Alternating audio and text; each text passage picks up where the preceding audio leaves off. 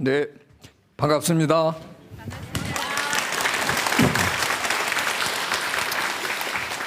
저는 고향이 강원도 강릉이거든요.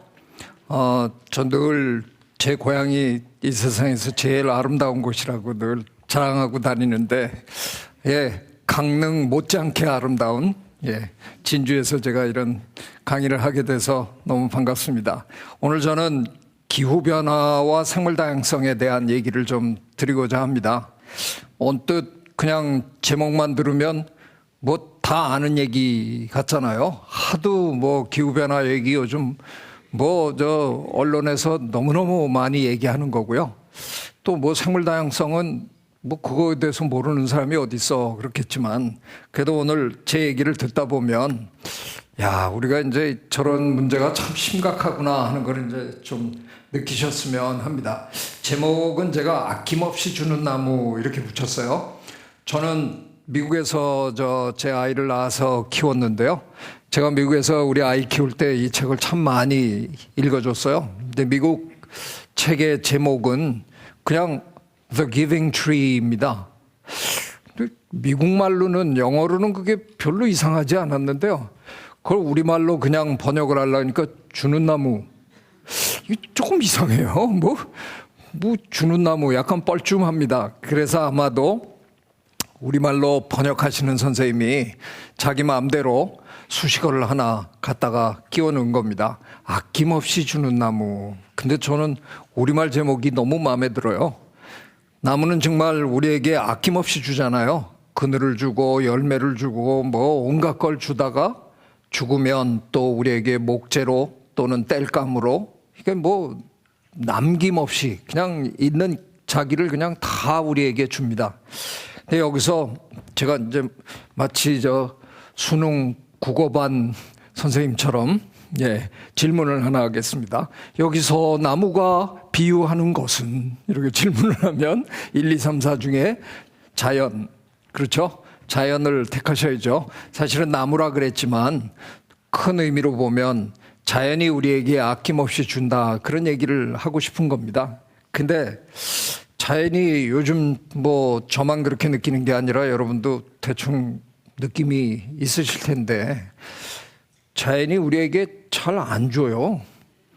근데 안 준다는 게 우리가 자연을 그렇게 못 주게 만들어 놓은 겁니다. 자연에게 우리가 장애를 입혀가지고, 자연이 그렇지만 않으면 우리에게 많은 혜택을 줄 건데 그러지 못하고 있는 자연, 이게 다 우리가 저지른 거라는 얘기입니다. 그래서 오늘 제가 아마 드리는 얘기의 거의 핵심이 우리가 저지른 일이다 하는 얘기를 제가 아마 드리게 되는 것 같습니다.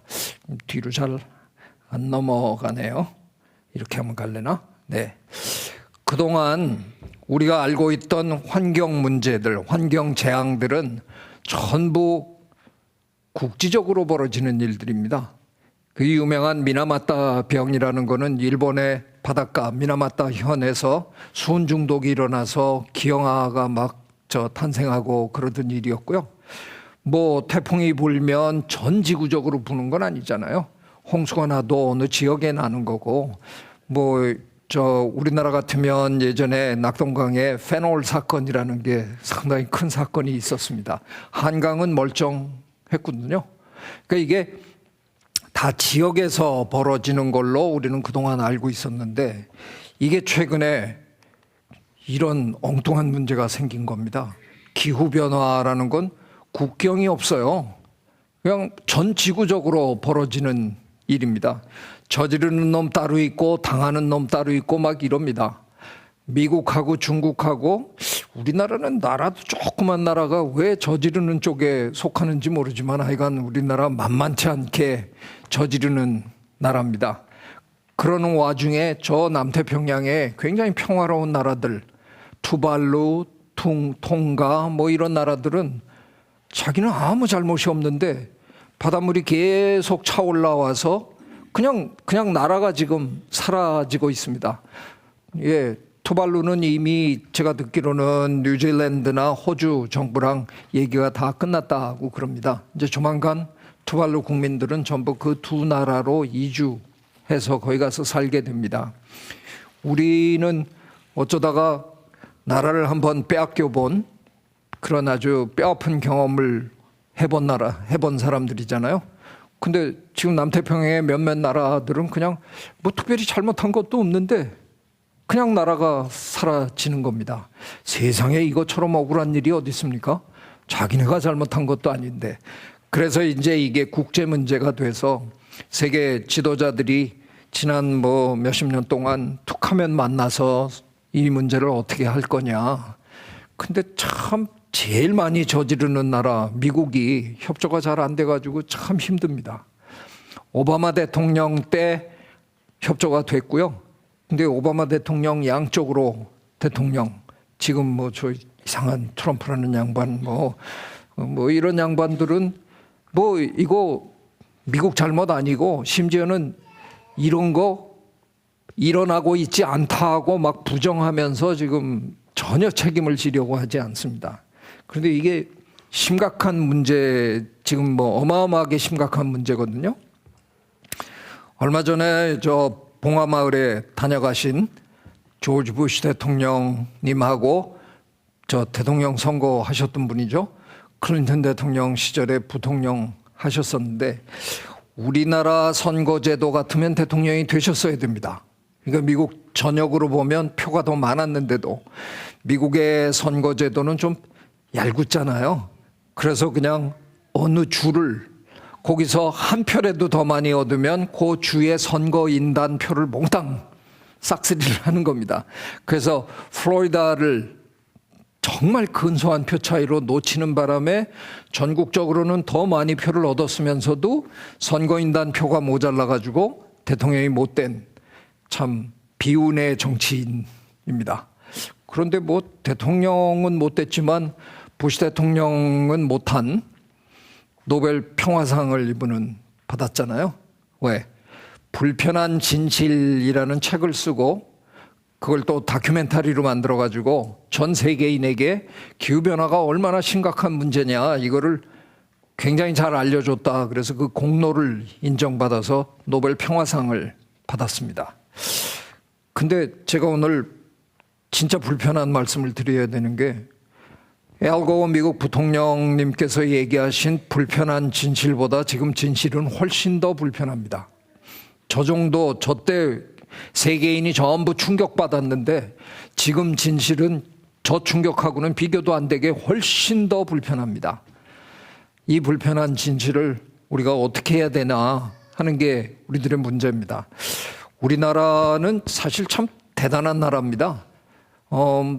세계적인 이런 문제에 우리나라만큼 발빠르게 움직이는 나라도 세계에 그렇게 많지 않아요. 기후변화 문제가 심각해지니까 시민단체들이 먼저 나섰습니다. 그래서 2008년 2월 22일인데요. 저때 시민단체들이 모여가지고 세계 최초로 기후변화센터라는 걸 만들었어요. 근데 이게 뭐 세계 최초라고 별로 자랑스러울 건 없어요. 왜냐하면 외국에는 이런 이슈들을 연구하는 연구소들이 이미 있었기 때문에 그 연구소들이 다른 환경 문제 연구하다가 기후변화 문제가 심각해지니까 그것도 뭐 일찌감치 연구를 했어요. 근데 우리나라는 그런 기관이 별로 없다 보니까 그냥 민간인들이 모여가지고 이거 심각하다 좀 해보자. 그래가지고 이제 만든 겁니다. 어쩌다가 뭐 제 사진이 저 코너에 보일 텐데요. 어쩌다가 저는 5명의 공동대표에 추대가 됐는데 가만히 제 옆에 있는 분들을 이렇게 나머지 4분을 공동대표들을 이렇게 보니까 저만 학자더라고요. 아, 내가 브레인이구나. 그러면 내가 뭘 해야 되나. 예, 명색이 두뇌면 뭔가 학문적인 일을 지식을 뭐 제공하는 걸 해야 될 거 아니에요. 그래서 그날 수락 연설에서 저는 기후변화에 관한 모두가 함께 읽을 수 있는 책을 만들겠다라고 약속을 했습니다. 그리고 저는 약속을 지켰습니다. 그래서 몇 년 후에 기후변화 교과서라는 책을 제가 냈는데요. 우리나라에서 그래도 기후변화에 대한 연구를 뭐 그나마 아직 정부가 그렇게 적극적으로 나서지 않았던 시절이지만 나름 여기저기서 아름아름 기후변화 연구를 조금씩 하신 분들이 계시거든요. 그래서 그분들을 다 초청을 해서 분야별로 이제 전부 논문들을 받아가지고 책을 이제 만든 겁니다.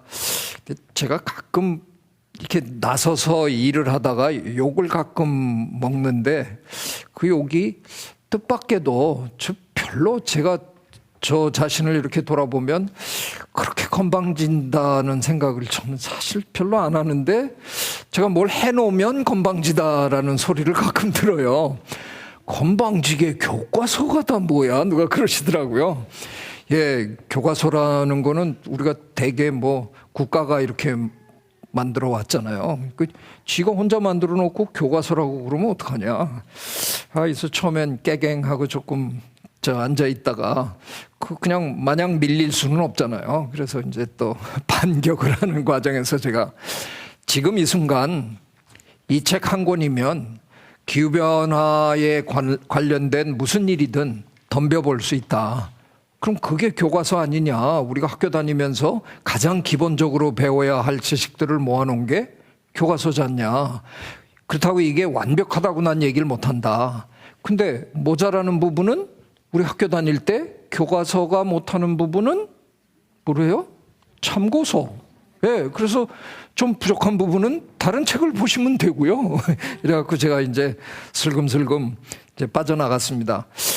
약속을 지켰는데 제가 책을 내면서 책의 서문에다가 또 엉뚱한 약속을 하나, 모름지기 교과서라는 건 시대를 반영을 해야 되는데, 그러니까 이게 그냥 해놓고 몰라라 하는 게 아니라 기후변화에 대한 새로운 연구 결과가 나오면 그때그때 개정판을 내줘야 되는 게 맞는 것 같다. 그래서 나는 수시로 개정판을 내겠다라고 썼는데, 예, 제가 개정판을 아직 못 내고 있습니다. 예, 지금 쪼들려서 내년쯤에는 한번 개정판을 내야 되지 않을까. 저는 뭐 그래도 제 동료 과학자들이 정말 고맙습니다. 그분들이 정말 진심으로 논문들을 잘 써주셔가지고 아마도 이걸 영어로 번역을 해서 낸다 그러면 세계인들도 다 이 책을 들여다볼 거라고 전 거의 확신했었어요. 기후변화에 관한 거의 모든 기초적인 지식들을 하여간 한 권에다가 다 모았습니다. 이러는 와중에 이제 정부가 따라오더라고요. 2008년에 민간인들이 기후변화센터를 만드니까 그 해에 이제 정부가 국립생태원이라는 걸 만들면 좋겠다라는 기획을 하고 저한테 이걸 맡겨가지고요.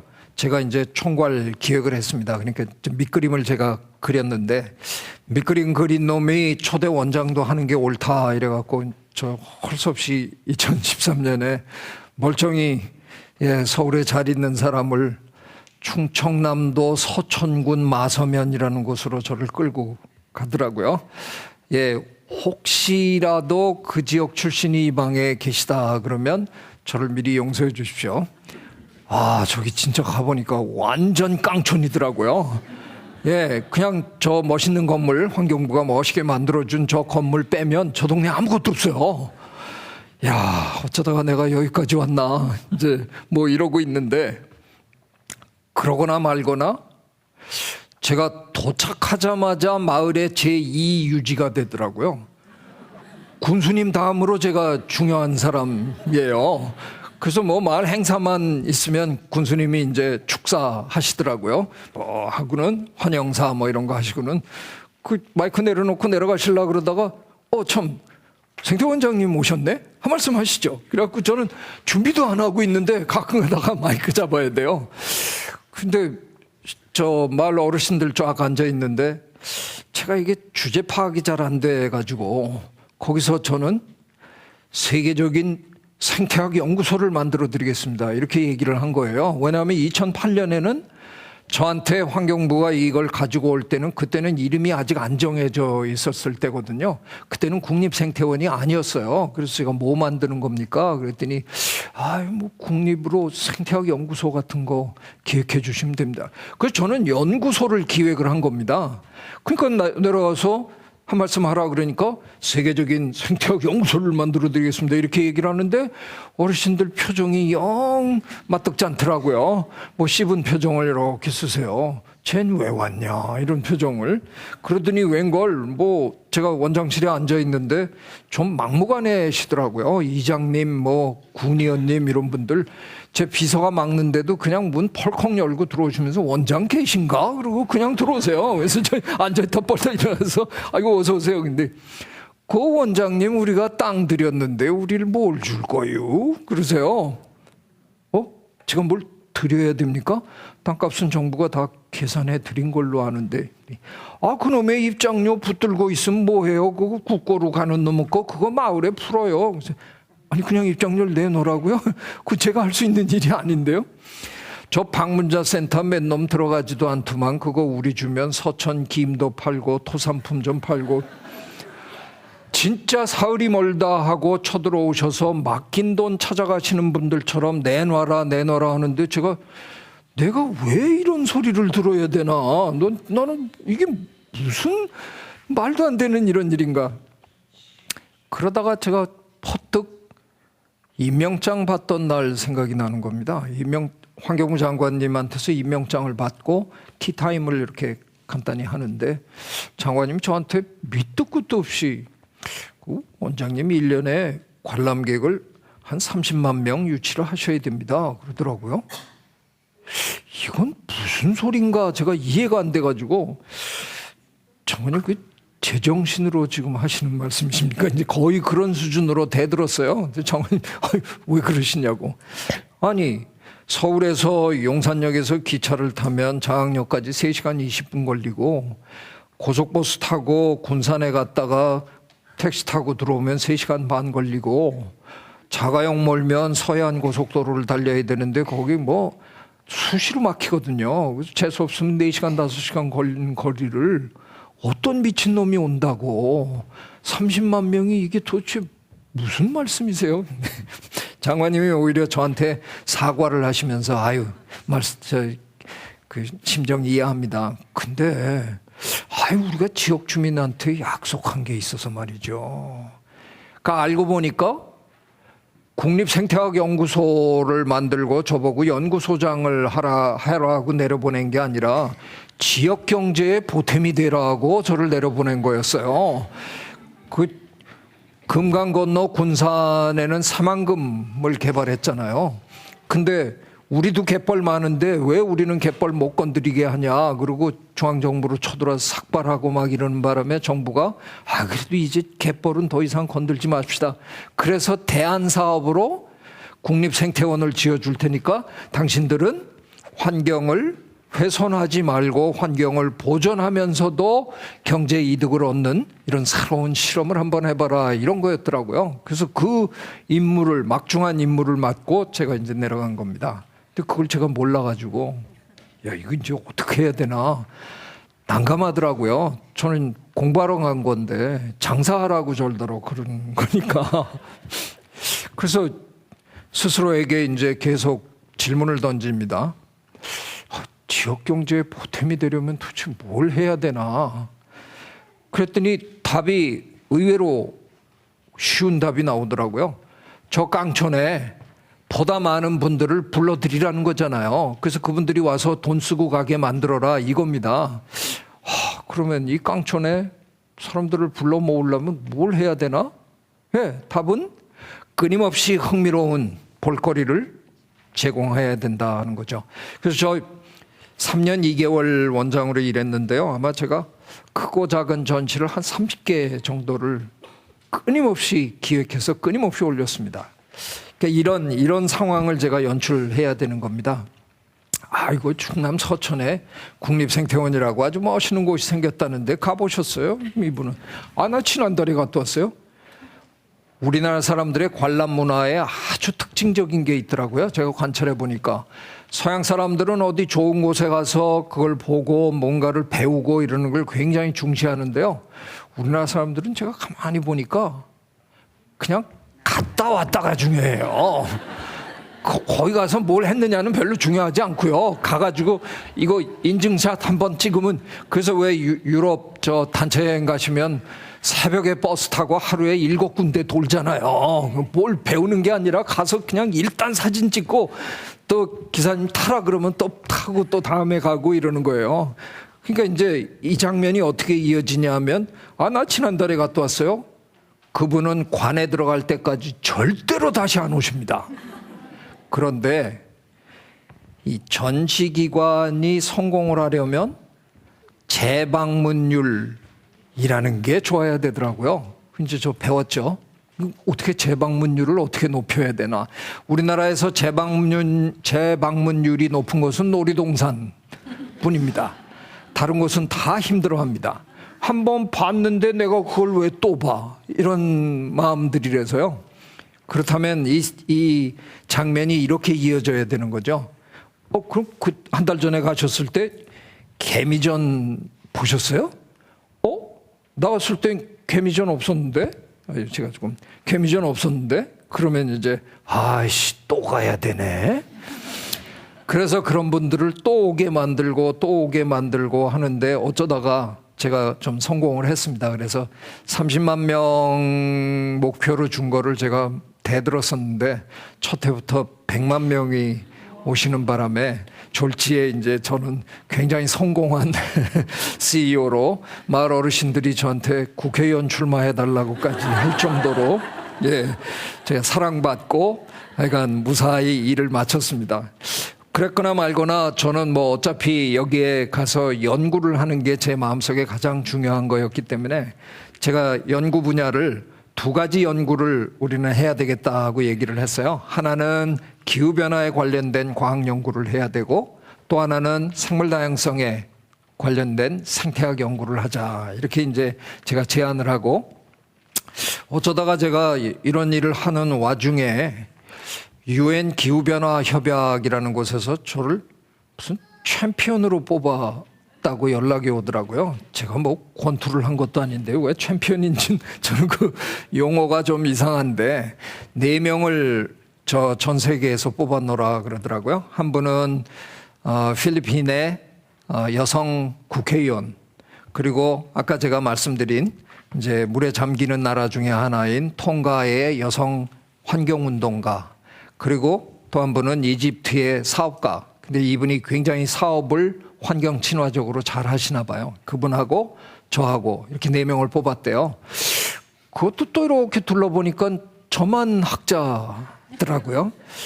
내 또 브레인을 해야 되나? 뭐 이런데 그쪽에서 저한테 아예 딱 얘기를 해주는 게, 우리나라에 한번 회의가 있었어요. 근데 환경부에서 절더러 특강을 해달라고 그래서 제가 이제 그 회의에서 서울에서 했었는데 한 30분 정도 영어로 특강을 해달라고 해서 이제 했는데, UNFCCC 그 기후변화 협약 본부 사람들이 그날 와서 쭉 듣다가 저 양반을 여기저기 보내가지고 강연을 시키면 된다. 그래서 저는 강연하는 사람으로 챔피언이 된 거예요.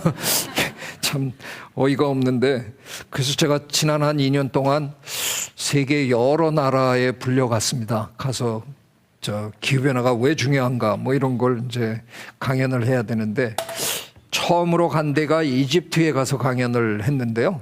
저는 국내에서 이렇게 강연하면 뭐 여러분도 그러실지 모르지만 가끔은 강연 끝나고 나면 사인해달라, 사진같이 찍자, 뭐 이런 일이 뭐 가끔은 있습니다. 근데 외국에 나가서 그런 경험은 한 번도 해본 적이 없거든요. 외국에 나가면 저 과학 학회에 가니까 다른 학자들이나 마찬가지로 저도 뭐 한 20분 제 논문 발표하고 뭐 질문 받고 그거지, 그러고 난 다음에 누가 뭐 사진 찍자 이런 거 없거든요.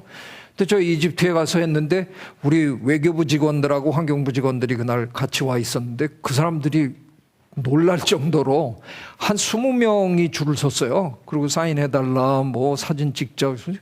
이게 도대체 왜 이런 일이 벌어졌나.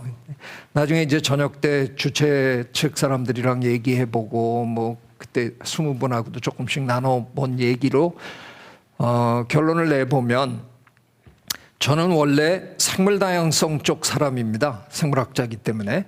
기후변화는 되게 기상학자들이 하는 연구잖아요. 근데 기후변화가 중요해지면서 저는 어떻게 보면 이제 이쪽으로 스카우트가 돼갖고 당신이 좀 맡아 해달라. 그래서 기후변화 쪽에는 제가 그렇게 뭐 썩 전문성이 있는 사람이 아닌데 제가 이렇게 하다가 보니까 생물 다양성 쪽 사람들은 기후변화에 대해서 그래도 많이 압니다. 왜냐하면 기후변화로 인해서 생물 다양성이 많이 지금 사라지고 있거든요. 그래서 우리는 기후변화를 공부해야 됩니다.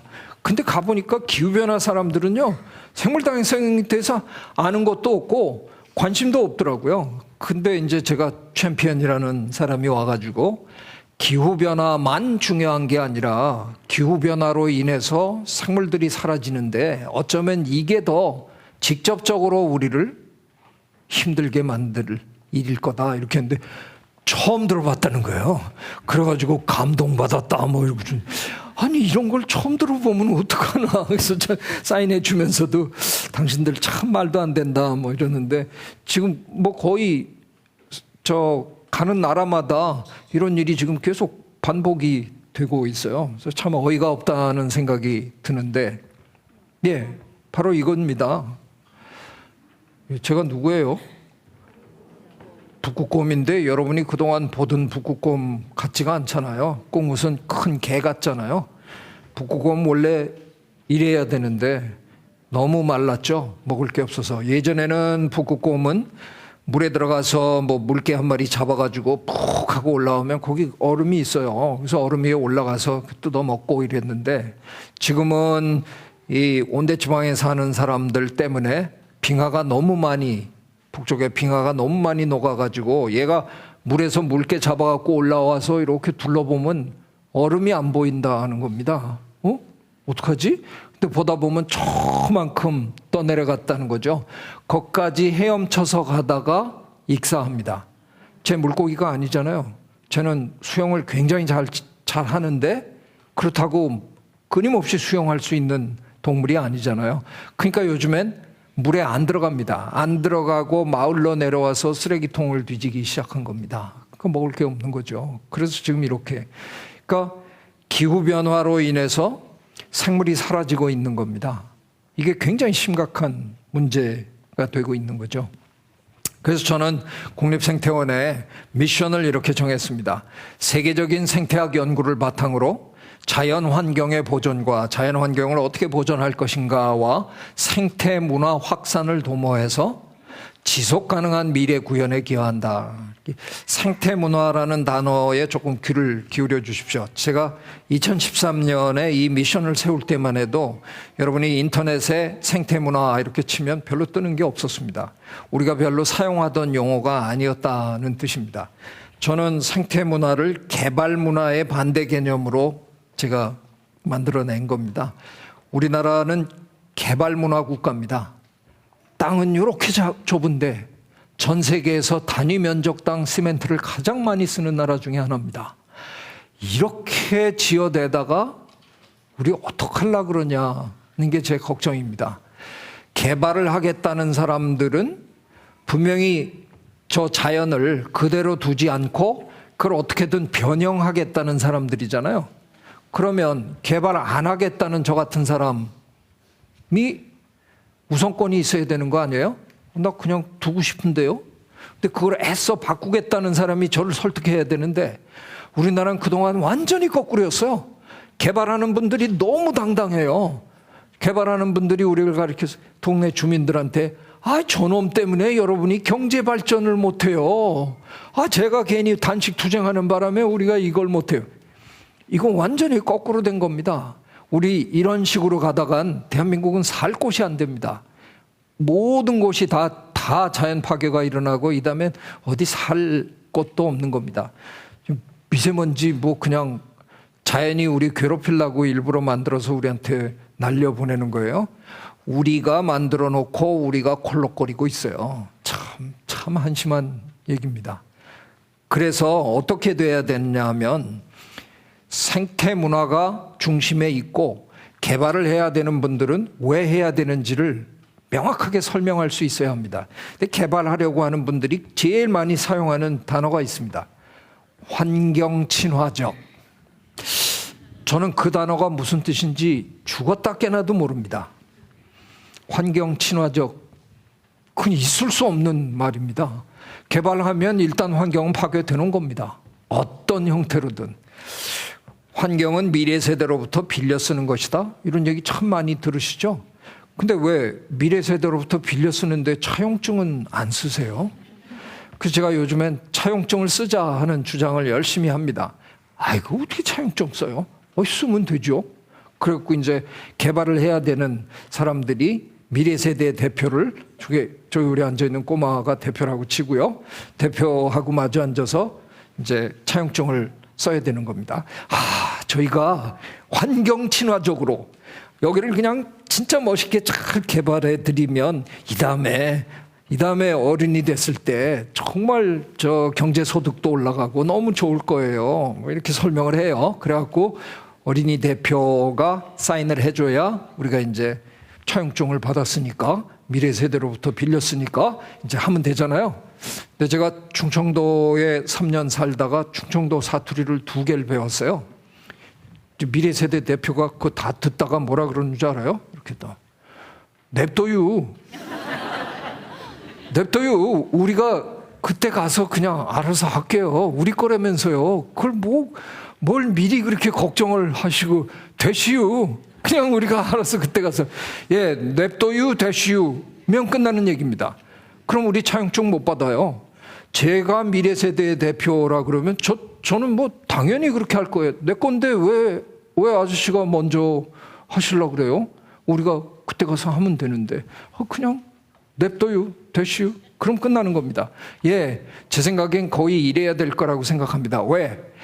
지속 가능한 미래를 구현하려면요. 지속 가능한 미래라는 게 뭐냐? 우리가 지금 자연으로부터 누리는 혜택을 우리 후손도 누리게 해줘야 된다. 이게 지속 가능한 미래거든요. 그러려면 적어도 개발이 중심이 돼서는 안 되고요. 생태 문화가 중심이 돼야 된다 하는 겁니다. 이걸 어떻게든 우리 국민의 인식 체계에서 한번 바꿔보려고 제가 열심히 노력한 거고요. 초대 원장이 되니까 뭐 별의별 일을 다 해야 되더라고요. 미션도 만들어내야 되고 비전도 세워야 되고 핵심 가치라는 걸 만들어야 되더라고요. 근데 제가 행정 경험이 전혀 없는 사람이거든요. 저는 대학에서 보직도 안 해본 사람이라 갖고요. 너무 몰라가지고 그 핵심 가치 뭐 미션 이런 거 만들어야 된다고 보고가 올라오길래 제가 만드는 건 줄 알고, 제가 원장이니까 내 기관에 그걸 내가 만들어야 되는 줄 알고 밤에 잠을 설치면서 관사에서 혼자 열심히 만들었어요. 근데 제가 솔직히 고백하면 이런 걸 좀 좋아하거든요. 통섭 뭐 이렇게 만들고 뭐 인생 이모작 뭐 이런 거 만들고 뭐 이런 걸 좋아하기를 되게 좋아하는데 그래서 열심히 만들었어요. 그리고 어느 날 회의를 시작하려고 그러는데 제가 잠깐 내가 그동안 핵심 가치를 좀 생각해 봤는데 근데 옆에 경영본부장이 있다가 제 마이크를 꽉 잡으면서 원장님 안 됩니다 그러더라고요. 제가 이건 3년 동안 제일 많이 들은 얘기가 원장님 안 됩니다 였는데요. 저는 뭔가를 하고 싶은데 그냥 이걸 그렇게 안 된다고 자꾸 그러는지 그래서 왜 안 돼요? 그랬더니 용역 발주한대요. 저거를 만들어주는 기관이 있대요. 우리나라 우리 사회에 무슨 능률 뭐 이런 단어가 들어가는 기관이 있고요. 생산성 뭐 이런 거 들어가는 기관도 있고 뭐 그런 곳에서 만들어준대요. 제가 얼마나 뻘쭘했겠어요. 내가 만들어야 되는 줄 알고 나 만들었는데 이러려고 그러는데 그 원장님이 만드는 게 아니거든요. 이렇게 된 거예요. 그래서 그럼 이제 깨갱하고 있는데 한 2달쯤 지나니까 거기서 중간 발표를 하러 오더라고요. 근데 턱 제가 앉아 있는데 화면 탁 하는데 핵심 가치 이러더니 뭐 수월성, 탁월성 해갖고 성자 돌림으로 단어 4개를 쫙 하는데 와 미치겠더라고요. 그래서 손 들었더니 원장님 질문 있으세요? 그거 왜 LG화학 걸 우리한테 가져오셨어요? 이거 LG화학 거 아닌데요? 생태원 건데. 아니 세상 천지에 수월성 싫어하는 놈의 조직이 어딨냐고. 그 LG화학 좋아하겠네. 삼성전자도 좋아하겠네. 요 옆에 농협에 갖다 줘봐요. 농협도 아주 좋아할 텐데. 어느 기관이나 다 맞는 그런 거 말고 누구한테 얘기 안 해줘도 이렇게 탁 읽다가 생명사랑, 다양성, 창발, 멋. 야, 그거 국립생태원 핵심같이 하면 참 좋겠다. 그렇게 만들어 달라고. 그랬더니 뭐 주섬주섬 짐 싸갖고 가더라고요. 몇 달이 지나도 소식이 없어서 제가 이제 그 어떻게 됐는지 좀 알아보세요. 그랬더니 오후에 이제 보고가 들어오는데 반납하겠다고 그러더래요. 그래서 잘 됐다. 받아오세요. 제가 다 만들어 놨잖아요. 그러니까 받아오세요. 그랬는데 웬걸 감사실장이 또 헐레벌떡 제 방문 열고 들어오면서 원장님 안 됩니다 그러더라고요. 뭐가 안 돼요? 그랬더니 이게 기관 평가에서 감점을 당한대요. 그리고 기관장 평가에도 감점 당한대요. 국민의 세금으로 집행을 했는데 실패했잖아요. 그래서 돌아왔다는 거죠. 그건 감점이래요. 못 만든다잖아요. 그래도 원장님 그렇게 하시면 안 됩니다. 그래서 할 수 없이 그 팀을 불러놓고 서울에서 토요일 날 제 주변에서 정말 머리 잘 도는 사람 한 7명을 제가 점심 사주겠다고 꼬드겨가지고 불러서 아침 9시부터 저녁 7시까지 함께 하루 종일 브레인스토밍을 해갖고 만들었어요. 저녁 때. 다 만들고 나니까 제가 만든 거였어요. 돈도 3천만 원 주고 제가 만들고, 그거야말로 감삭감이잖아요. 국민의 세금을 말도 안 되게 쓴 거 아니에요. 진짜 억울한데. 제가 은근히 지자랑하는 건데요. 그 기관마다 가보면 핵심 가치라는 게 있습니다. 여러분이 신경을 이렇게 관심을 보이셨는지 모르지만 액자에 이렇게 넣어가지고 복도에 이렇게 붙여져 있거든요. 근데 대개 보면 영혼이 없는 단어들이에요. 정직, 근면 뭐 이런 거 적혀 있는데 그거 쳐다본다고 더 정직해지는 것도 아니고 그런 거 말고 진짜 이 안에 이 기관에 혼이 담긴, 그래서 저는 생명사랑, 다양성, 창발, 멋, 요 4가지만 확실히 이해하면 국립생태원이라는 곳이 뭘 하는 곳이라는 거 분명히 알게 되고요. 그래서 전 직원이 이걸 확실하게 숙지하도록 3년 동안 열심히 여러 가지 일을 했습니다. 무슨 행사를 해도 무조건 4팀으로 나눠가지고 마지막에 다양성 팀하고 창발 팀하고 결승 붙게 하고 이런 식으로 온갖 이걸 다 했는데요. 그래서 저는 제 직원들이 잠꼬대로도 이걸 했다고 믿고요. 그냥 지나가면서 툭 치면 생명사랑, 다양성, 창발 그냥 나옵니다. 그럼 정확하게 이해하고 있다고 생각했습니다. 제가 이걸 간단하게 설명해 올리겠습니다. 왜냐하면 어떻게 보면 이게 제가 오늘 말씀드리려고 하는 핵심, 그야말로 핵심 가치 또는 핵심 개념이기 때문에요. 생명사랑은 하버드 대학 시절에 제 지도 교수님, 윌슨 교수님이 쓰신 책에서 제가 따온 겁니다. 바이오필리아라는 책인데요. 그야말로 생명, 사랑이란 뜻입니다. 무슨 얘기냐 하면 예전에 우리가 동굴에 한동안 살았잖아요.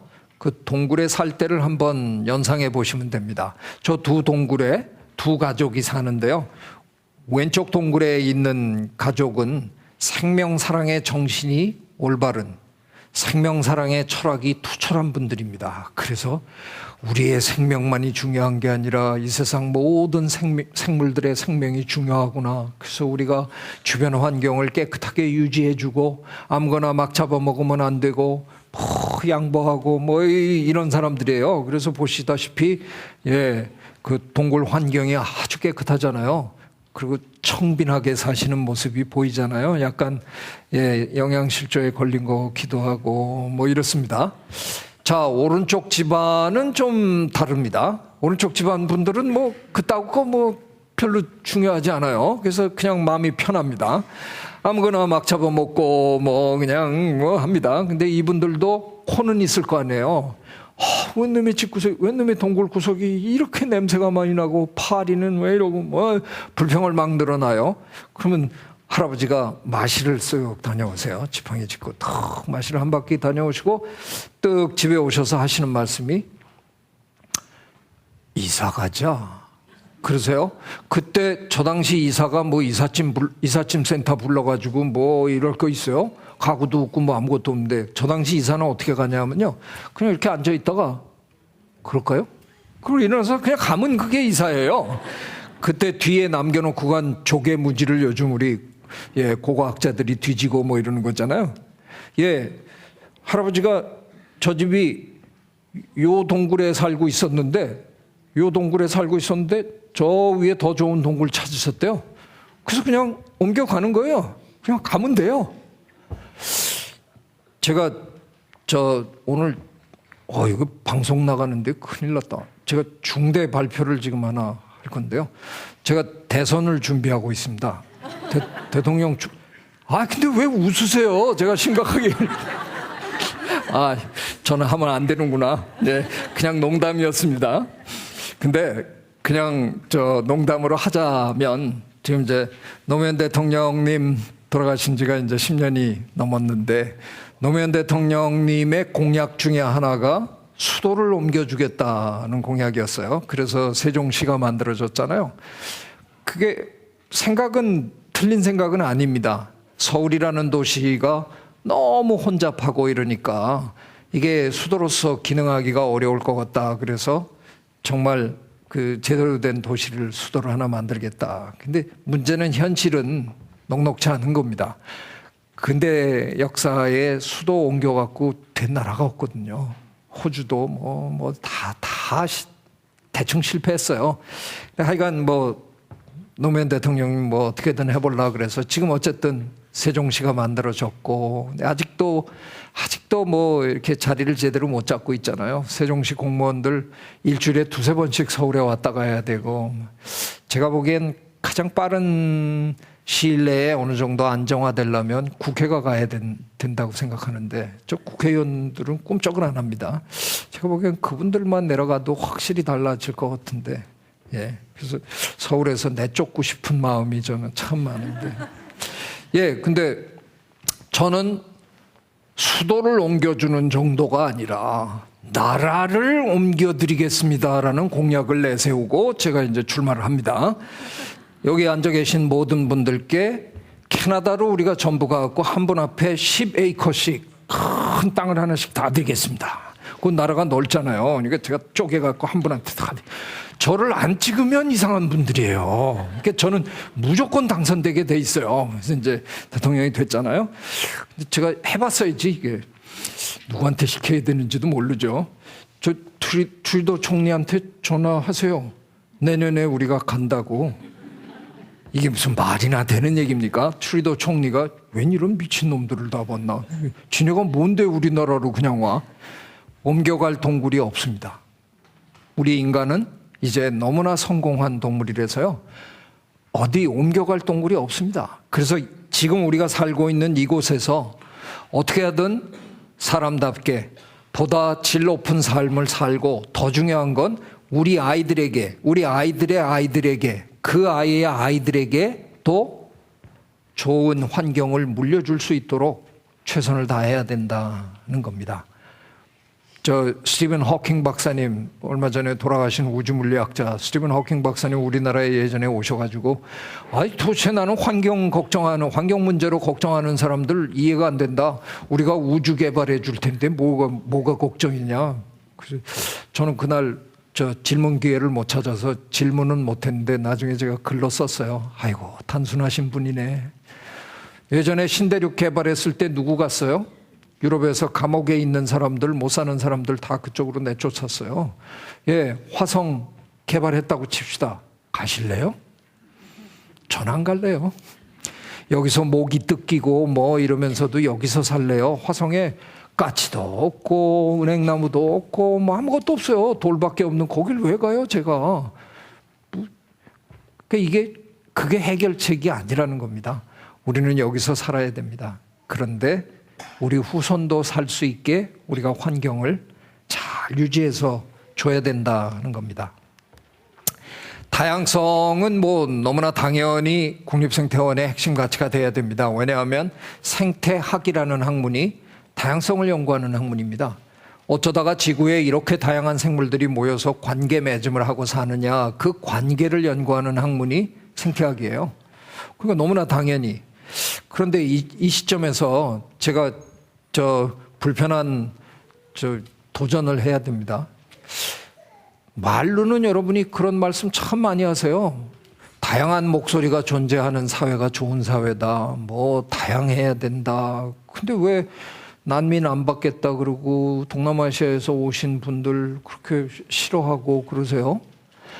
다양해야 된다고 머리로는 생각하는데 행동으로는 잘 이어지지 않는.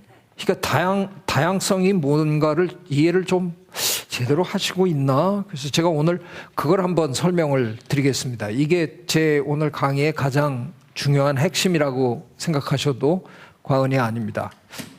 안 넘어가네. 네. 네. 제 강의가 재미가 없어가지고 잠시 졸다가 깨나시면 큰일이 납니다. 카프카의 변신, 프란츠 카프카의 변신 첫 장면으로 제가 모시고 갑니다. 깨어나 보니 갑충이 되어 있었다. 이렇게 시작하잖아요. 그 소설이. 예, 잠깐 졸다가 깨나면 애벌레가 되십니다. 근데 저 애벌레가 이 이파리를 너무너무 좋아합니다. 너무 맛있어요. 그래서 막 먹고 나는데 저걸 다 먹고 나면 고민이 생기는 거죠. 자연계에는 똑같은 식물이 바로 옆에 있을 확률이 별로 높지 않거든요. 다 먹었어요. 근데 옆에 있는 식물을 이렇게 조금 먹어보니까 아유 이건 아니야. 그러면 이제 고민이 빠지는 거죠. 좀 맛없지만 이걸 그냥 먹어? 아니야. 나 똑같은 거 먹을래. 그러면 쟤는 길을 떠나야 되잖아요. 저 똑같은 식물을 찾으러. 한 7m쯤 떨어져서 또 한 그루가 있다고 칩시다. 우리한테요 뭐 7m 그냥 한 18자국이면 가지만 저 작은 곤충에게는 그 7m가 구만리 같은 길입니다. 게다가 제가 저기 있네 보고 가는 게 아니잖아요. 쟤는 이러고 가야 돼요. 여기 있나 여기 있나. 이건 그러니까 9만리가 아니라 90만리예요. 그러니까 제가 저 식물을 찾아서 가는 기간 동안 제가 갉아먹은 식물은 또 생장합니다. 서로 시간을 주는 겁니다. 그래서 다양성만, 시간만 존재하면 다양성이 확보가 된다는 겁니다. 이렇게 단순한 논리가 하나 있는 겁니다. 제가 예전에 코스타리카에 많이 다녔는데요. 바나나 농장에 한번 가본 적이 있어요. 이게 바나나 농장인지 바나나 공장인지 모르게 생겼는데 그 바나나 농장의 뒷산에 올라가서 턱 내려다 보니까 눈이 모자라게 바나나가 심어져 있더라고요. 비행기로 막 약 뿌리고 뭐 이러더라고요. 여러분이 바나나 이파리를 특별히 좋아하는 애벌레라고 지금 상상을 한번 해 주십시오. 예. 언덕에서 지금 여기를 내려다보고 계십니다. 기분이 어떠십니까? 진짜 미치겠다. 내가 제일 좋아하는 게 이렇게 그냥 눈이 모자라게 그래서 들어가서 먹기 시작합니다. 먹다가 넘어져도 먹을 게 있고 뒹굴어도 먹을 게 있고 쓰러져도 먹을 게 있고 이건 뭐 완전히 천국이 따로 없잖아요. 그렇게 먹고 있는데 조금 있다 몸이 축축해져요. 농부가 와서 농약을 뿌립니다. 살충제를. 아니 이건 예의가 아니시죠. 초대하시고 야 임마 내가 널 언제 초대했어. 아니 이게 초대가 아니면 세상 천지에 내 친구들 지금 전국에서 몰려오고 있어요. 지금 소문 나가지고. 이게 우리가 농사 짓는 방법이잖아요. 예전에 이곳에는 굉장히 다양한 식물들이 섞여 살던 곳입니다. 그걸 우리가 들어가서 깨끗이 밀어내고 우리는 한 가지로만 심습니다. 그러면 그 식물을 좋아하는 곤충들은 모일 수밖에 없잖아요. 그래갖고 그들이 갉아먹으니까 우린 또 싫어서 우린 살충제를 뿌립니다. 제가 명색이 국립생태원 초대 원장까지 그래도 우리나라에서 한다 하는 생태학자인데 제가 이렇게 얘기하면 저를 이제 뭐 인터넷에 막 올리고 난리 하시겠지만 저도 이 세상의 모든 모기를 한 번에 다 죽일 수 있는 살충제를 개발하고 싶습니다. 제가 곤충을 연구했다는 죄로 저희 집에 모기잡입니다. 저는 모기가 안 물어요. 제가 피가 쓰대요. 근데 제 한 사람은 모기가 너무너무 사랑해요. 근데 불 딱 끄면 엥 하잖아요. 그럼 저희 한 사람은 한마디만 해요. 모기! 그러면 저는 빨딱 일어나야 돼요. 일어나서 불 켜고 그 모기를 잡기 전에는 저는 취침을 못 합니다. 근데 요즘 모기들이 영악해요. 불 켜면 숨어요. 그래서 불을 꺼야 이놈들이 싹 나타나요. 그러니까 어떨 땐 전 한밤중에 30분, 1시간 벌써요. 예, 슬리핑 뷰티를 내려다 보면서 그 잠자는 미녀, 제 안 사람을 모기들이 좋아하거든요. 그래서 거길 보고 있으면 모기가 나타나요. 그래서 잠자는 미녀에게 이렇게 부채질을 하면서, 그럼 저희 안 사람은 부채질까지 해주니까 너무 새근새근 잘 자요. 근데 모기는 못 잡아요. 그러면 전 불을 끄고 살짝 자야 되잖아요. 살짝 누우면 또 모기 잡았어? 그래. 어떨 때는 이제 슬슬 뭉갤라 그러는데 그건 안 통하더라고요. 한 3분 지나면 또 엥 해요. 그럼 모기, 그럼 전 또 일어나야 돼요. 그래서 기필코 잡아야 됩니다. 그래서 제가 그냥 이 세상의 모든 모기를 근데 제가 아무리 노력해도 저는 성공하지 못합니다. 왜냐하면 자연이라는 곳은 워낙이 유전적으로 워낙이 다양한 곳이라서요. 살충제 하나로 몽땅 제거하는 거는 그냥 불가능합니다. 농부는 기분 좋아서 돌아갑니다. 쫙 보니까 뭐 후두둑 떨어지고 다 죽는 것 같으니까 대충 나 다 제거했다. 그리고 돌아가는데 그 다음에 와보면 또 이놈들이 갉아먹고 있어요. 그래서 이 자식들이 작년에 내가 다 죽였는데 왜 와? 그래갖고 또 뿌려요. 이번에 안 죽어요. 왜 안 죽어요? 안 죽는 놈의 자손이 온 거잖아요. 내성을 가지고 있는 놈의 자손들이 온 거예요. 그럼 우리는 어떻게 해야 돼요? 다시 실험실에 들어가서 더 독하게 만들어야죠. 죽여야지. 그래서 더 독하게 만들어서 뿌려갖고 죽는 것 같아요. 근데 한 2년 지나면 또 돌아와요. 더 독하게 만들어요. 이번엔 수은도 좀 집어넣어. 캐드뮴도 좀 집어넣어. 그냥 그런 중금속 막 집어넣어가지고 막 죽이는 거예요. 죽여야 되겠다는 그 일념으로 이제 막 하는 거죠. 근데 어느 날 주변 강에 물고기들이 배를 뒤집기 시작합니다. 그리고 마을 주민들이 병원에 가기 시작하고요. 자연 생태계는 네트워크로 연결되어 있어서요. 먹이 사슬로 다 연결되어 있습니다. 생물 농축 현상이라는 게 있습니다. 하루살이들은요, 물속에 있는 하루살이들은 우리가 독극물을 집어넣는데 하도 조금 먹어서 걔네들은 별 지장 없이 그냥 평상시대로 살아요. 근데 그 하루살이를 10마리 잡아먹은 피라미는 비틀비틀합니다. 농축이 됐으니까 10마리 분량이 여기 다 들어왔잖아요. 피라미 10마리 잡아먹은 잉어는 뒤집어지는 겁니다. 그 잉어 잘못 먹은 외갈이 나가 떨어지는 거고요. 우리도 병원에 가는 겁니다. 결국은 우리가 저지른 일이 제일 상위에 있는 우리에게 되돌아올 수밖에 없는 구도로 되어 있다는 겁니다. 제가 지금 이 자리에서 농업을 포기합시다 이런 얘기를 제가 하고 있는 건가요? 그럴 수는 없죠. 예, 우리가 만물의 영장이 된 게 농업혁명 때문에 됐는데 제가 농업 포기하자고는 차마 용기를 못 냅니다. 그래도 입은 삐뚤어졌어도 말은 바로 하라 그랬다고 저 이건 지적할 수 있어요. 우리가 농업을 하는 방법은 처음부터 글러먹었습니다. 처음부터 이렇게 다양성을 완전히 제거하고 하는 건 아니었습니다. 다양성을 유지하면서 농업을 했었어야 되는데 완전히 이렇게 하다 보니까 우리는 지금 이 악순환의 쳇바퀴에 걸려가지고 내리지도 못합니다. 우리는 지금 점점 독한 약을 개발해야만 하는 이런 악순환에 지금 끌려가고 있는 겁니다. 언제까지 우리가 이걸 할 수 있을지는 두고 봐야 합니다.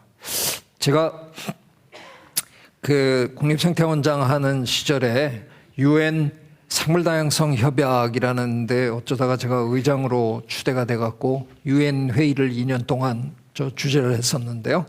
본부가 캐나다 몬트리올에 있어요. 한 번에 갔다가 시차 적응을 못해갖고 잠이 안 와서 다시 불을 켜고 TV를 켰는데 그냥 완전 실수를 한 거죠. 그날이 무슨 날이었냐? 트루도 총리가 내각을 임명하는 날이었어요. 저 많은 사람을 한 사람 한 사람 임명장을 주고 그 사람이 연설하고 들어가서 앉고 또 다음 사람이 나오고 하더라고요. 이걸 캐나다 국영방송이 몇 시간을 그냥 생방송을 하더라고요. 국영방송은 그런 거 하라고 만든 거잖아요. 제가 MBC에 과감히 한번 제안할까요? 지난번에 강원도에 산불 났을 때 전국에 소방대원들이 다 강원도로 달려가서 그냥 정말 잠도 못 자고 해갖고 그걸 불길을 잡았잖아요. 세계인들이 감탄했어요. 한국 사람들은 뭐냐? 이게 미국에서 벌어졌으면 한 달을 탈 거예요. 근데 우린 그걸 며칠 만에 잡았잖아요. 예, 국영방송 MBC가 하루 종일 그분들 한 분 한 분 사진하고 그분 이름하고 그분 소개하고 한 사람 앞에 1분씩 다 이렇게 해갖고 하루 종일 그 방송만 한 번 하면 어때요? 그러라고 제가 시청비 내고 뭐 이랬는데 하여간 제가 이날 두 눈 부릅뜨고 발을 정자 그리면서 저 방송을 봤다는 거 아닙니까? 왜? 제가 한국서 떠나기 전에 신문에서 읽었거든요. 트루도 총리가 여성 장관을 50%를 하겠다라고 공언했어요. 너 진짜 50% 하나 보자. 그래갖고 제가 여성 하나, 남성 이거 갖고 있어요. 정확하게 50%를 여성 장관으로 하더라고요. 저분이. 거기다가 여러분도 그렇게 느끼시나요? 지금 세계는 마치 이런 분들, 저 머리 위에 이렇게 쓰신 분들, 터번 쓰신 분들 때문에 이 세계가 망하는 것처럼 미국이 대표적으로 그런 나라를 막 탄압하면서 이러잖아요. 에이, 절대 그렇지 않을 겁니다. 저분들도 다 좋은 사람들이고요. 우리가 이렇게 같이 잘 살면 좋은데 이게 이렇게 자꾸 대립해서. 트루도 총리는 저런 분을 두 분이나 장관으로 딱 세워놓는 겁니다. 이게 다양성이잖아요. 여기서 끝나지 않았어요. 저 화면에 제 저쪽 끝에 누가 계십니까? 휠체어를 타신 분이 계십니다. 우리 그냥 말로만 장애우들을 돕자 어쩌고. 저분은 장애우 장관도 한 분 딱 갖다 세워놓는 겁니다. 야, 제가 그 다음날 이제 회의를 주재해야 되는데 쿠벡주의 환경부 장관이 와서 축사를 하기로 했어요. 여성 장관이더라고요. 왔는데 제가 그분을 이제 소개를 해야 되니까 근데 제가 약간 멋을 좀 부렸습니다. 총리 한 사람 때문에 세계에서 가장 멋있는 나라가 된 캐나다의 환경부 장관을 소개하겠습니다. 그런데 이 여성이 너무 좋아가지고 축사는 안 하고 3분 동안 트루도 총리 자랑만 막 너무 좋은 분이세요. 난리가 났어요. 이제 쉬는 시간에 제가 트루도 총리님 언제 만나실 기회가 있으시죠? 그랬더니 있대요. 그래서 만나면 제가 조의를 표한다라고 하더라고요. 그러라고. 그건 무슨 소리예요? 아니 이 사람들 데리고 무슨 국정 운영을 하려 그래요? 아니 그냥 한마디 하면 그냥 장관들이 알았습니다. 그리고 딱 받아 적어서 착 해야지. 그게 국정이 일사천리로 되지. 전부 생각이 다르고 다 다양한 이 사람들 데리고 무슨. 그런데 지금 전 세계에서 정말 캐나다가 가장 괜찮은 나라가 돼가고 있습니다. 지금 경제도 잘 굴러가고 있고요. 정말 멋있는 나라가 총리 한 사람의 이것 때문에. 저희 이 방송 보면서요. 제가 좀 남자치고 눈물이 좀 많은 사람이긴 한데 저런 거 보고 울면 좀 약간 이게 병 수준은 아닐까. 남의 나라 호텔 방에 혼자 앉아가지고 그 나라 내각 임명하는 프로그램을 보면서 제가 출출 짰다는 거 아닙니까? 저는 평생 다 꺼졌네요. 저는 평생 자연의 다양성에 대해서 연구한 사람이거든요. 너무 아름다운 곳을 많이 봤습니다. 그런데 제가 이 세상에 태어나서 본 다양성 중에 이거보다 아름다운 다양성은 좀 본 적이 없습니다. 이런 세상을 우리가 만들어 가야 된다는 겁니다. 다양성이라는 건 쉬운 일이 아닙니다. 하지만 다양한 사회를 만들어가기 위해서 노력하다 보면 반드시 좋은 세상이 옵니다. 다양한 사회는 시끄럽습니다. 그렇지만 그래야 거기서 창의적인 게 나옵니다. 균질의 사람들이 모여서 살면 뭐 편안하기는 할지도 모릅니다. 그러나 발전을 기대하기는 어렵다는 겁니다. 다양성은 이런 겁니다. 근데 다양한 사람들이 그냥 모여서 다양한 짓거리를 하고 끝내면 그건 죽도 밥도 아닙니다. 다양한 사람들이 모여서 창발적으로 일해야 된다는 겁니다. 창발은 영어로 emergence라고 하는데요. 어떻게 보면 이 아래 단계에서 이렇게 막 일한 거에 합이 그냥 합으로 끝나는 게 아니라 그거보다 더 큰 걸 만들어내는 일종의 시너지 뭐 이런 걸 의미합니다. 제가 생물학으로 이걸 한번 설명을 한번 드려보겠습니다. 자연과학에는요, 물리학, 화학, 생물학 이렇게 세 분야가 있거든요. 근데 제가 평생 생물학을 하면서 이제 제 나름대로 느끼는 게, 야, 생물학은 참 물리학이나 화학하고 너무 다르다 하는 걸 느낍니다. 물리학이나 화학은 1 더하기 1이 반드시 2여야 하는 학문입니다. 1 더하기 1이 잘못해서 1.9, 2.1이 되면 큰일 납니다. 터지고 뭐 멈추고 뭐 다. 근데 생물학은요, 1 더하기 1이 2인 경우가 별로 없어요. 제가 해보니까 2보다 큰 경우가 너무 많아요. 제가 뭐 특별히 가져온 게 없어서 저쪽부터 부탁을 드리는데 간세포 하나씩만 여기다 꺼내서 쭉 좀 주세요. 제가 저 끝에서 이제 다 모으면 간세포 이만큼 모으면 뭐가 됩니까? 네? 간땡이. 예. 예, 간땡이가 됩니다. 근데 이번엔 제가 간세포 안 하고요. 심장세포 하나씩만 좀 떼주시면 안 됩니까? 심장세포를 다 모았어요. 심장세포를 잔뜩 모아놓으면 간세포는 잔뜩 모아봐야 그냥 간땡인데요. 심장세포는 잔뜩 모으면 무슨 일이 벌어지냐면요. 지네가 알아서 뛰기 시작합니다. 박동을 만들어냅니다. 그게 심장입니다. 심장세포 하나하나를 들여다보면서 얘네 묶어놓으면 지네가 알아서 뛸 거야. 예측 못합니다. 그런데 그게 생물이라는 겁니다. 아랫단계 세포 단계에서는 전혀 예상하지 못했던 게 심장이라는 기관이 되면 거기서 그런 이상한 새로운 일이 만들어지는 겁니다. 그래서 생물학이 기가 막히게 재밌는 학문입니다. 저는 이런 식으로 일을 하면 10명이 모여서 일하는데 그 10명의 능력의 합이 아니라 100명의 일처럼 막 늘어나는 이런 게 얼마나 좋을까. 제가 사실은 그 통섭을 집어넣어 볼까 한번 그랬는데 지가 초대 원장 하면서 지가 유행시킨 말을 또 핵심같이 넣었다 그러면 또 얼마나 또 욕먹겠습니까? 그래서 사실은 통섭을 빼고 창발을 넣은 겁니다.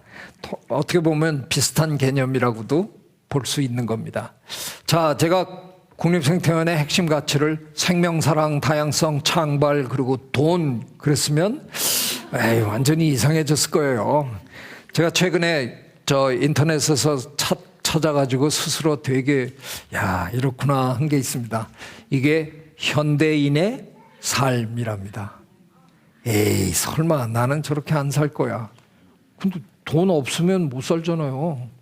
그래서 정도의 차이는 있지만 관에 들어가서 이렇게 생각해 보니까 아 내가 평생 그냥 돈 쫓아가다가 끝났구나. 이렇게 된다는 거죠. 근데 뭐 국립생태원에서 일하면서 이건희 회장처럼 부자 될 일도 없고요.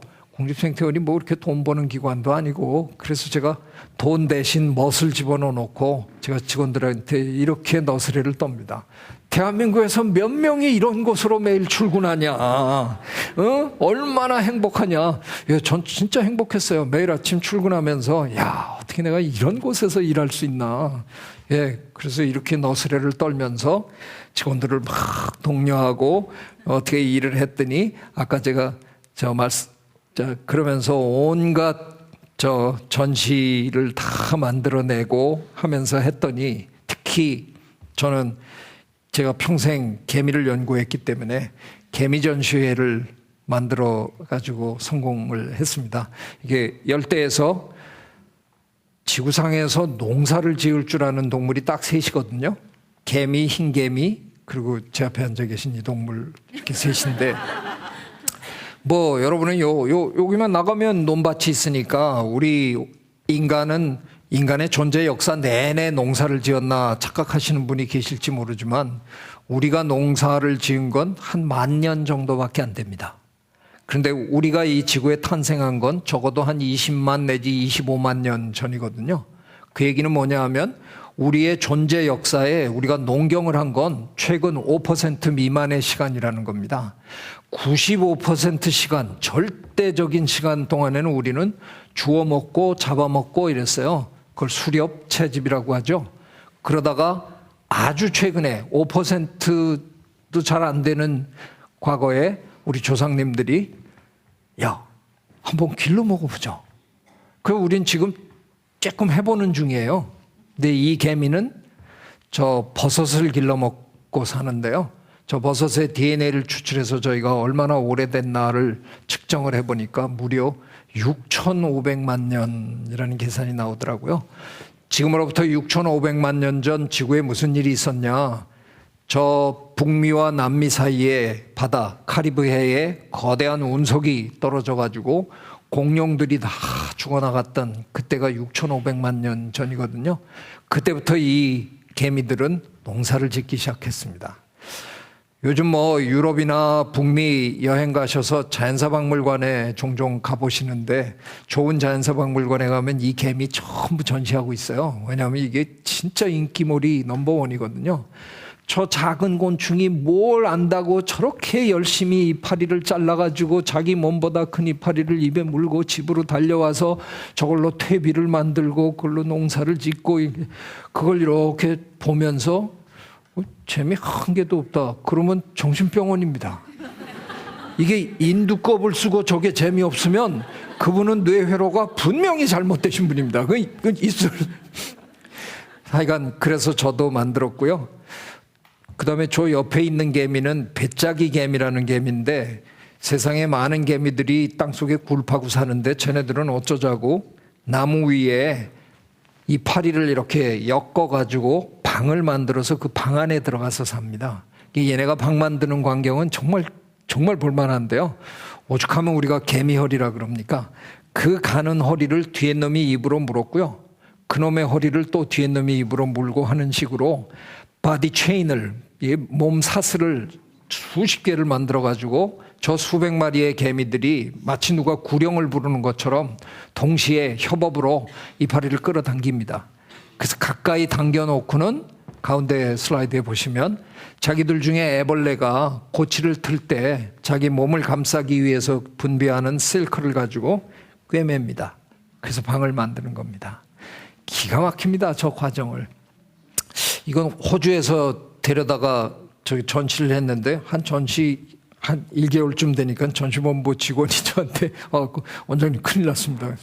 왜요? 뭐 어떻게 됐어요? 그랬더니 쟤네들이 방을 다 만들었어요. 근데 우리나라 사람들의 관람 문화의 또 특징적인 게 내가 돈 내고 들어왔는데 동물이 아무것도 안 하면 무지하게 화냅니다. 그래서 유리창 막 때리고 그 동물이 자면 깨워야 되고 그리고 민원 제기합니다. 들었는데 제가 안 와 여기. 그래서 지금 생태동물원 만들려고 뭐 나무도 심어주고 하는데 고릴라가 나무 뒤에서 숨어 있으면 민원 제기하시는 분들이 우리나라 관람객이에요. 근데 다 만들어서 쟤네가 가만히 있으니까 뭐 유리창 두들기고 얘네 왜 안 만들어 뭐 이러신다는 거예요. 그래서 아이고 참 그렇죠. 근데 뭐 걱정 안 해도 돼요. 아침에 출근하면 그냥 들어가서 칼로 한번 쭉 그어놔요. 슉 한번 그어놓으면 하루 종일 또 그거 꿰매야 되거든요. 그래서 하여간 이런 것까지 해가면서 이건 뭐 세계 어디에 가도 이런 전시는 여러분이 볼 수 없습니다. 그러니까 정말 세계 최고의 전시를 제가 만들어내고 이렇게 난리를 쳤더니 아까 제가 말씀드린 대로 첫 해 100만 명이 오시더라고요. 이태에도 100만 명이 오시고 첫 해 이거 아주 극적으로 12월 30일 날 들어오시더라고요. 100만 찍힌 들어오시는데 우리 전부 숨어 있다가 꽃다발 들고 폭죽 짜잔 나가서 폭죽 터뜨리고 뭐 사진 찍고 뭐 해갖고 환경부에 보냈더니 환경부에서 보도자료로 대박도 아니에요. 초대박해서 뭐 난리법석하고 진짜로 지역경제의 보탬이 됐답니다. 저 깡촌에 250개의 음식점이 새로 문을 열었답니다. 제가 원장을 하는 그 기간 동안. 그래서 진짜 마을 어르신들이 저 떠나지 말아달라고 그 청와대에 엄청 민원을 많이 넣겠다고 했더니 진짜 많이 넣었나 봐요. 그래서 이 나라에서 기관장을 연임한다는 거 거의 있을 수 없는 일인데 정권이 바뀌면 임기 안 채운 분도 밀어내야 되는데 저는 연임하라고 통보가 청와대에서 왔어요. 근데 제가 건방을 떨었습니다. 그 장면에서 탁 받고는. 이걸 왜 청와대가 결정해? 내가 결정해야지. 근데 이제 그 장난으로 얘기하는 거지만요. 건강이 너무 나빠지는 걸 제가 그냥 알겠더라고요. 그래서 전 더 이상은 안 된다. 그래서 이제 떠나야 된다. 군수님이 전화를 하시고 떠나기 전에 군청에 한번 왔다 가야 된다. 제가 김칫국을 잘못 마셔가지고 군수님 저 감사패 이런 거 아주 딱 질색입니다. 만들지 않았어요. 뭘 지가 먼저. 그래 갔는데 진짜 군청 그 강당에 군청 직원들 전부 일손 놓고 다 모이고 진짜 마을 어르신들이 꽃다발 들고 막 오신 거예요. 아이고 들어가면서 벌써 이제 울렁울렁하는데 미치겠는데 나오라 그러더니 군수님이 분명히 감사패는 아니더라고요. 조그만 명함 박스 같은 걸 주면서 열어봐라. 열었는데 명예 군민증. 예, 그래서 이게 머리가 희끗희끗한 제가 그냥 그 무대에서 또 찔찔 짜고 이렇게 다 그랬습니다. 거기다 또 괜히 정말 출판사에서 이 경험을 책으로 써달라 그러는데 남들이 얼마나 웃겠냐. 평생 경영하신 분들이 저 자식은 달랑 한 번 해보고 그걸 책으로 쓰네. 안 된다고 도망치다가 제가 왜 그랬는지 모르는데 어느 출판사에 잘못 코가 깨가지고 숲에서 경영을 가꾸다 이런 책을 쓰고 믿기 어려우시겠지만 제가 요즘 대기업에 불려다닙니다. 경영 강의하러. 그러더니 한 석 달 전인데 양복 입은 세 분이 제 방에 쳐들어오셨어요. 약속도 안 하고 어떤데 똑똑하더니 교수님 어떻게 잠깐 뵐 수 있을까요? 그래서 아니 누구시냐고. 어쨌든 들어와서 앉으시라고. 세 분이 앉았는데 서로 눈치만 보고 얘기를 안 하더니 한 분이 용감하게 저한테 저희 회사 사장님으로 좀. 내가 아니 이게 무슨 말씀이세요? 저는 그런 거 해본 적이 없고요. 그랬더니 저 책을 가방에서 턱 꺼내더니 이대로만 해주시면 되겠습니다.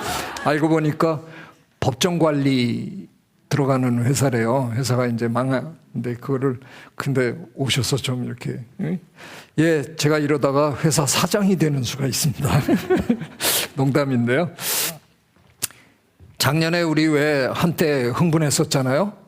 타임지는 연말에 그 해의 인물을 뽑습니다. 근데 우리 BTS가 그 해의 인물이 될지도 모른다. 이래가지고 한때 막 이제 했는데 안 되긴 했는데 그래도 금년에 될지도 모릅니다. 이 상태로 가면 금년에 잘하면 됩니다. 타임지는 근데 이상한 짓을 1988년에 했어요. 그 해에 인물을 뽑는 게 아니라 그 해의 행성을 뽑았습니다. Person of the Year가 아니라 Planet of the Year를 뽑았는데 누가 뽑혔냐? 지구가 뽑혔습니다. 지구가 걱정스럽다. 그러니까 우리가 지구의 환경을 걱정한 건 오래된 일입니다. 1988년에 이미 그 타임즈가 이 정도 할 때면 보통 문제가 아니죠. 그랬던 게 이제 아까도 제가 말씀드린 대로 기후변화라는 아마도 우리가 겪어본 환경 문제 중에서는 가장 막강한 환경 문제가 우리에게 이제 터진 겁니다. 근데 거듭 말씀드리지만 기후변화만 중요한 게 아니라 기후변화로 인해서 사라질 생물들, 이 문제가 훨씬 중요하다는 겁니다. 물리학자인 아인슈타인 선생님이 그런 말씀을 하셨다고 헛소문이 나 있는데 어떤 분이 또 찾아보시더니 가짜 뉴스라고는 하시더라고요. 근데 어쨌든 가짜 뉴스라도 참 대단한, 꿀벌이 사라지면 4년 안에 인류가 멸종한다라는 말씀을 하셨다고 하여간 가짜 뉴스인지 하여간 있는데요. 지금 전 세계적으로 꿀벌이 엄청나게 빠른 속도로 사라지고 있습니다. 이 지역엔 여러분이 경험하신 분이 계실 텐데 우리나라의 지금 토종벌은 양봉은 그래도 좀 살아남았는데 토종벌은 거의 다 사라졌습니다. 꿀벌이나 토종벌이나 이 벌들이 수분을 책임지는 게 우리 농작물의 80%거든요. 그럼 벌이 사라지면 그냥 식량 대란이 벌어집니다. 그러면 인류가 겪을 그 어마어마한 재앙은 이루 말할 수가 없습니다. 전 세계에서 아마 대한민국이 제일 먼저 거꾸로질 겁니다. 왜냐하면 대한민국이 식량의 해외 의존도가 전 세계에서 제일 높은 나라입니다. 우리는 거의 모든 걸 사 먹습니다. 쌀하고 계란 빼놓고 거의 모든 걸 해외에서 사 먹기 때문에 식량 대란이 벌어지면 제일 먼저 당할 나라가 대한민국입니다. 이 문제가 굉장히 심각한 문제인데 이게 기후변화 때문에 굉장히 빠른 속도로 이제 우리를 엄습할 겁니다. 지구의 역사에 한 5번 정도의 대절멸 사건이 있었습니다. 그 마지막 가장 가까운 때 벌어진 게 아까 제가 말씀드린 6,500만 년 전에 벌어졌던 공룡을 싹쓸이했던 그건데요. 저희들은 지금 저희 생물학자들은 지금 제6의 대절멸 사건이 벌어지고 있다고 믿습니다. 그런데 특징적인 게 뭐냐면 지난 5번의 대절멸 사건은 전부 천재지변으로 벌어진 겁니다. 운석이 떨어지거나 화산이 폭발하거나 뭐 이런 건데 지금 제6의 대절멸 사건은 비교적 조용히 벌어지고 있습니다. 천재지변과 아무 상관없습니다. 지구에서 거의 막둥이 격으로 태어난 영장류 중에 하나 호모사피엔스라는 인간이라는 얄궂은 영장류, 막대 먹은 이 영장류가 저지르는 장난질 때문에 벌어지는데 다 벌어지고 나면 역대 최대 규모일 거라는 겁니다. 이건 아니라는 겁니다. 이럴 수는 없습니다. 우리 인간이 이런 짓을 하고 살 수는 없다는 겁니다. 유엔은 해마다 그 해를 무슨 해로 정합니다. 2010년을 국제 생물 다양성의 해로 정하고 일을 해봤는데 생물 다양성 문제는 참 어렵습니다. 기후변화는 그나마 문제를 알리기는 쉬웠어요. 과학자가 먼저 떠들 필요가 없습니다. 내가 진주에서 40년 살았는데 내 이런 날씨는 처음이다 얘기하시잖아요. 그럼 우린 옆에서 기후변화입니다. 그럼 글쎄 기후가 옛날 같지 않다니까 금방 이해하십니다. 그런데 우리가 일 나갈 때 북극곰이 우리 눈앞에서 죽는 걸 보는 게 아니라서 가끔가다 저 같은 사람이 북극곰이 큰일 났어요. 그럴 때만 잠시 생각하시는 거예요. 그래서 생물 다양성 문제는 너무 어려워요, 알리기가. 그래서 유엔이 2010년 열심히 해봤는데 별 볼 일 없어가지고 아주 이례적으로 10년을 2011년부터 2020년까지 10년을 생물 다양성 10년으로 정했어요. 우리말로는 우리가 그냥 10년 하지만 영어에는 아예 단어가 있습니다. decade라는 단어가 있어서 생물 다양성의 decade다. 열심히 했는데요. 지금 2019년이에요. 또 내년이면 끝이에요. 지금 돌이켜보니까 또 한 게 없네요. 이런 게. 그래서 저희 요즘 모여서 뭐 하는 줄 아세요? 생물 다양성의 100년 준비하고 있습니다. 영어에 또 100년이라는 단어가 따로 있거든요. 센테니얼이라는 단어가. 그래서 데케이드 빼고 하자 지금 이제 작당들을 저를 포함해서 하고 있는데 참 한심합니다. 이게 아무리 해도 이게 참 하기가 너무 힘든. 근데 다행히 그 지금 IPCC라는 기후변화에 관한 국제 협의체의 회장, 저 사무총장님이 우리나라 분이십니다. 이회성 박사님인데 여러분이 아시는 정치인 이회창 씨의 동생이십니다. 정말 좋은 일을 지금 하고 계시고요. 저분의 저 리더십으로 2018년 작년에 인천에서 그동안 우리가 2도 그 상승 온도를 2도로 잡아보려고 세계 지도자들이 모여서 토의는 했는데 2도 가지고는 너무 안 됩니다. 그래서 저희 생물학자들은 2도 하다 보면 생물 다양성 절반 날아간다. 그리고 막 걱정을 했더니 유해성 박사님이 세계 이 지도자들을 전부 설득해서 1.5도로 낮춰 주셨습니다. 이건 뭐 굉장한 쾌거입니다. 근데 1.5도도 참 유해성 박사님한테는 너무 죄송한데 1.5도 정말 잘하셨어요. 근데 저것도 안 됩니다. 저희가 지금 또 그러고 있습니다. 답답하실 텐데. 이분 누군지 아시나요? 네, 제인 구달 박사님, 저 침팬지 오래 연구하시고, 네. 제가 어쩌다가 제인 구달 박사님이랑 친해져서 한 5년 전에 같이 생명다양성 재단이라는 걸 만들었습니다. 재단을 만들고 제일 먼저 한 일이 서울 대공원에 불법으로 붙들려서 돌고래 쇼를 하던 제돌이라는 돌고래를 제주 바다로 다시 돌려보내자 하는 시민운동이 일어나고, 제가 이제 어쩌다가 그 시민위원회 위원장이 돼서 저희를 1년 2개월 동안 정말 혼신의 노력을 다해서 했습니다. 왜냐하면 제가 이건 약간의 실수도 용납 안 될 거다. 만약 저 아이를 돌려보냈는데 저 아이한테 무슨 조금이라도 나쁜 일이 벌어지면 이 땅에서 더 이상 이런 일은 우리가 아마 못할 거다. 그래서 제가 정말, 저는 주변에 같이 일하는 사람 득달하는 성격이 아닌데 이 위원회만큼은 제가 그냥 막 진짜 하여간 절대로 실수하면 안 된다. 그래서 저희가 해서 성공했습니다. 저희가 5마리를 내보내줬는데 그 5마리 지금 다 정말 잘 살고 있습니다. 저는 이참에 돌고래 연구를 하려고요. 돌고래 보내주는 제돌이의 등지느러미에다가 번호를 탁 하나 1 하고 새겨줬습니다. 왜냐하면 야생에서 저렇게 나갈 때 누가 누군지를 알아야 저는 연구가 가능하거든요. 근데 저거 할 때 반대가 많았어요. 동물 학대다 이런 반대했는데 제가 그냥 독재를 했어요. 했는데 지금은 잘했다고 다들 해줍니다. 지금 제주도에 가시면 돌고래 생태 관광이 아주 활성화되어 있는데요.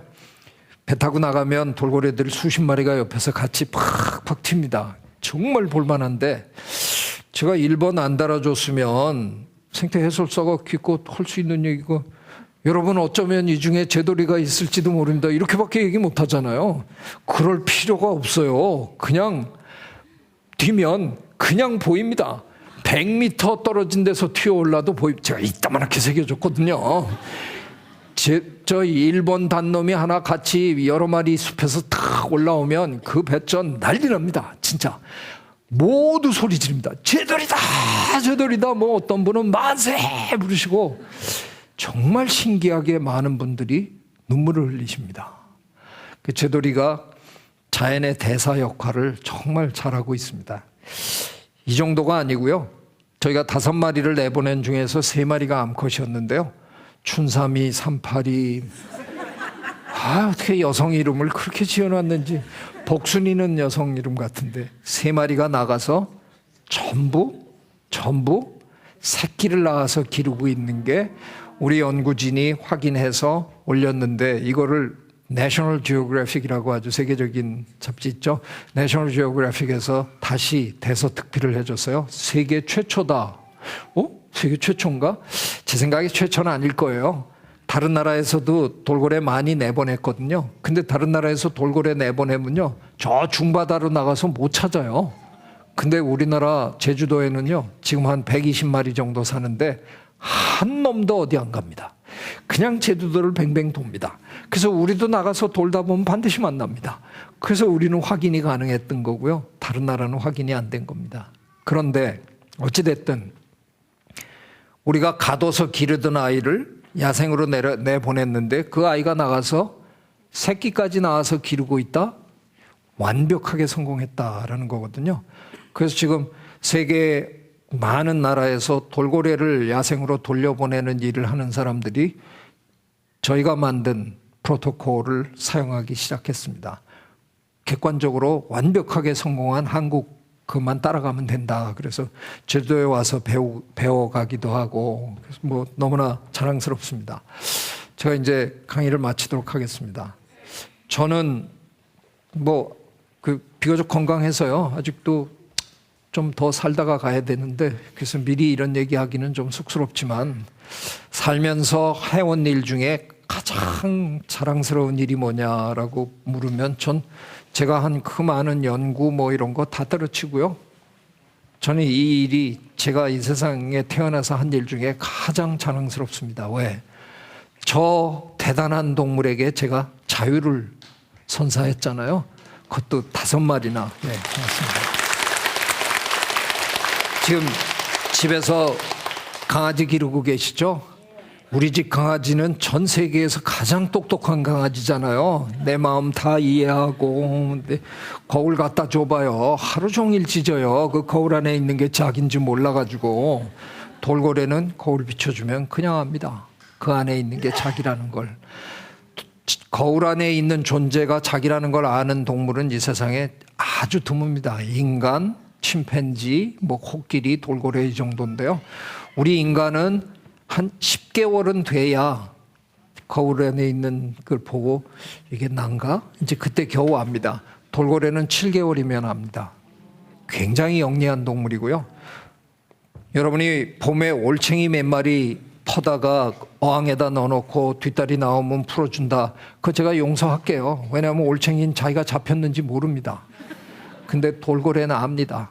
그래서 이 세상에 저 돌고래 쇼하는 돌고래들은 전부 우울증을 앓고 있습니다. 잡혔다는 거에 대해서.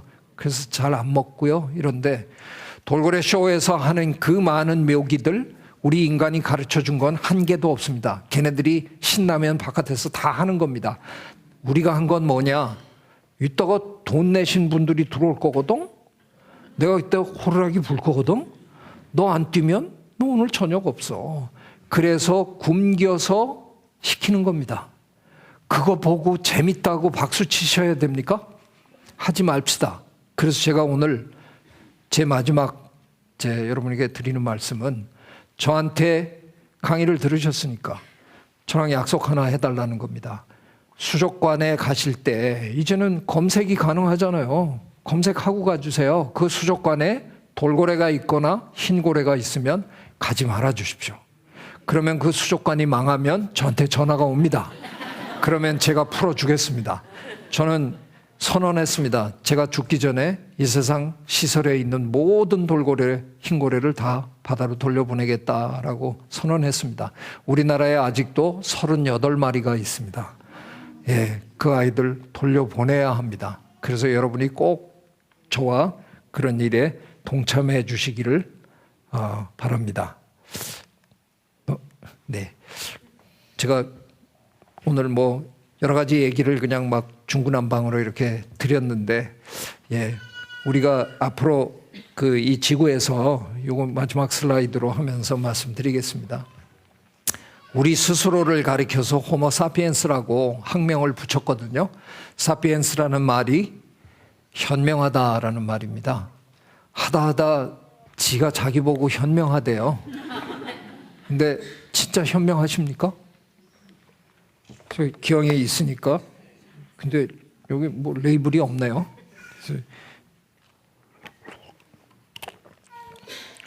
대한민국의 수돗물은요, 전 세계에서 가장 깨끗한 물입니다. 세계 대회에 나가서 항상 최고 등급을 받아옵니다. 근데 여러분은 지극히 현명하시다는데 편의점에 가서 누가 구정물을 페트병 안에다 넣어놓은 걸 돈을 주고 사드세요. 그냥 집에서 틀면 더 깨끗한 물이 나오는데, 제가 이거 여러 번 해봤거든요. 블라인드 테스트라는 거. 이렇게 아무것도 없는 걸로 해서 3병 이렇게 합니다. 저 수돗물, 그리고 삼다수, 그리고 그 비싸다는 에비앙 이렇게 했는데, 시작하기 전에 왜 수돗물 안 드세요? 그러면 냄새가 나서요. 맛이 없어서요. 깨끗한 것 같지 않아서요. 근데 하면 제가 3번 해봤는데요. 지난 10년 동안 수돗물이 저 3번 다 1등 했어요. 왜 이걸 택하셨어요? 이게 수돗물인지 모르는 상황에서. 맛이 있어서, 깨끗한, 냄새가 좋아서. 실제로 수돗물이 훨씬 깨끗합니다. 아비앙은 저 스위스 어디 호수에서 퍼오는 건데요. 저는 아직 못 가봤는데 굉장히 깨끗한 호수라 그러더라고요. 깨끗하다고 칩시다.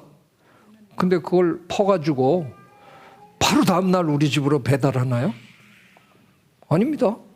큰 통에다 넣어가지고 바다로 끌고 가서 더 큰 통에다 부어가지고 배 타고 우리나라에 와서 작은 통으로 옮기고 그래서 끝에는 요만한 데 해갖고, 그게 우리 동네 편의점에 있어요.